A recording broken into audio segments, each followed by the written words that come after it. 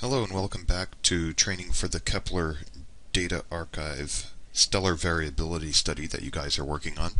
Today I'd like to demonstrate the entire process from start to finish for one star, and in this case a star that's actually fairly recognizable as being periodic as opposed to quasi-periodic, non-periodic, or just plain old messy and variable.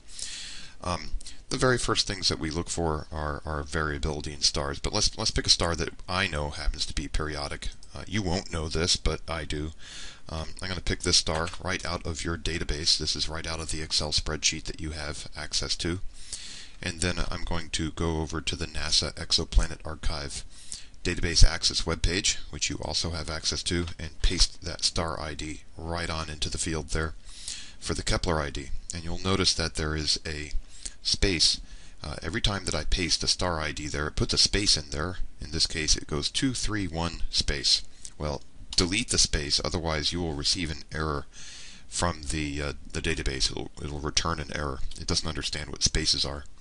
At this point, click on the View button to the right, and it will bring up the results of the search. It will bring you a list of all the data that it has collected.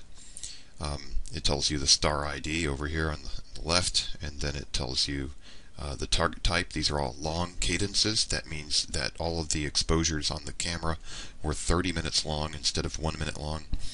And then the next column is the quarter, which data set release that you have access to. Always use the most recent one, which would be in this case quarter 3.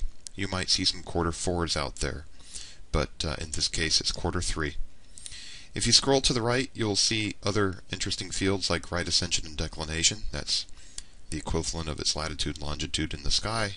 You'll see its magnitudes for different wavelength bands, and then way to the right you'll see things like the effective surface temperature, the metallicity, and the radius of the star relative to our sun. So this star is a little bit warmer than our sun. This is 9,500 kelvins, and it has a radius that's twice as large as our sun's. Scrolling back to the left, if you go under the star ID field, you'll see this area here that says View All Time Series and Periodogram. Go ahead and click that. It opens up a new tab, and it will bring up a picture, a light curve of the flux over here on the left versus the Julian date in days, time. So here's 122, 123, 124 Julian days. But if you look over here, it's only showing you quarter 0 results. So go ahead and uncheck plot for quarter 0, and then check plot results for quarter 3, and then click the red button here for update plot. And at this point, it's going to update the plot and show you a much better time series, much longer time span here. And you can see that the star is doing some interesting things. It's kind of getting brighter and fainter. And it's dropping out completely here, and it's not the star dropping out, it's actually the spacecraft stopped collecting data for some reason there. Maybe some solar storm or something was happening. And if you look over here, the star actually does something rather interesting, which I can't tell you anything about. It's kind of fun. Then it goes back to being the star that it is. If you scroll down a little bit, there's this tool called Compute Periodogram. Go ahead and click it. It's actually going to do a mathematical tidbit called a fast Fourier transform on the data, where it's going to look for repetitions over time. So anything that the star is doing repetitively vis-a-vis its brightness, like it's getting bright every couple days, it's going to present that as a potential period for the star. So is the star periodic? That is, after all, what we're after. We're trying to figure out whether or not these stars are periodic, pulsating stars. So on the y-axis is the power, or the relative strength of the measurement that we've got. And over here on the time axis is the period. The x-axis presents the potential period for the star. And you can see that there are some long periods around 10 days, 100 days, etc., that are very messy and indeterminate. The periods are very indeterminate. They're not very thin lines. But there is one very tall, thin spike here, which looks like the star has a period of under a day. 10 to the 0 is 1 day, so it's a very short period. And sure enough, if you scroll down a little bit, you'll see that ranking number 1 is a period of 0.480666 of a day. So it's just under half a day.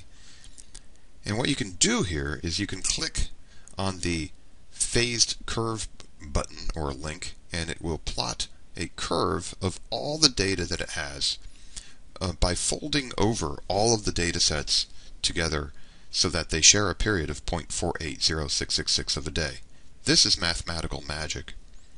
And here you go. You actually have a light curve of the star with flux on the y-axis and time on the x-axis, and you can see that the star is regularly pulsating.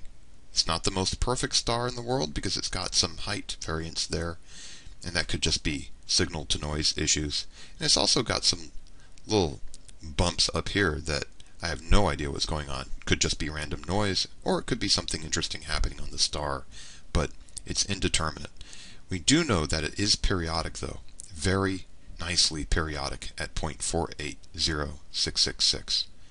At this point I go back to the periodogram, look at that period, I can click on it and copy that, and then go back to my Excel spreadsheet, and then I will say yes, it's periodic, no, it's not quasi-periodic, and I will paste in 0.480666 day as its period. I don't need to give any notes because the star is pretty obviously periodic, and it's not doing anything very crazy or interesting. It's just getting bigger and smaller and brighter and fainter. So that's how you do it. That's exactly what you look for. And you can see that the star is a nice clean example of things that we're trying to find. So it's interesting to note that stars like this, in this case, this is a type A main sequence blue star, pretty hot star at 9,000 some odd Kelvin, is pulsating, and they're not supposed to. So there you have it, some interesting physics. Thanks for watching. I think the next video I'm going to show will be a star that's definitely quasi-periodic at best, a little bit crazy looking, and then I'm going to show you some that are variable and really messy, and then maybe even a couple stars that are not variable at all. And that way you've got a wide range of examples to work with before you start analyzing your data. Thank you for watching.